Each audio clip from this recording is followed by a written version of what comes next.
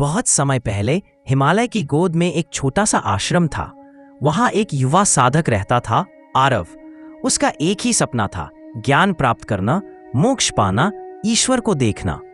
हर दिन वह गुरु से पूछता, गुरुदेव, मैं कब जान पाऊंगा सत्य, कब मिलूंगा उस परमात्मा से। गुरु बस मुस्कुराते और कहते, धीरे धीरे रे मना, धीरे सब कुछ हुए।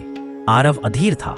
वह सोचता, मैं तो दिन रात ध्यान करता हूं, फिर भी शांति क्यों नहीं आती। मैं तो तपस्या करता हूं, फिर भी परमात्मा क्यों नहीं प्रकट होते। एक दिन गुरु उसे अपने साथ बगीचे में ले गए।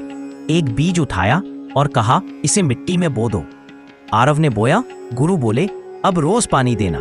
वह रोज पानी देता। एक हफ्ता बीत गया, फिर 2, फिर महीना। मिट्टी वैसी ही रही। आरव ने अधीर होकर कहा, गुरुदेव, यह बीज तो मरा हुआ है, इतना पानी दिया फिर भी कुछ नहीं हुआ। गुरु मुस्कुराए, बोले, यही तो तेरी साधना की कहानी है आरव। तू रोज पानी दे रहा है, ध्यान, जप, सेवा, लेकिन तू फल आज ही चाहता है, जबकि बीज मिट्टी के भीतर अभी अपने खोल को तोड़ना सीख रहा है। कुछ समय और बीता।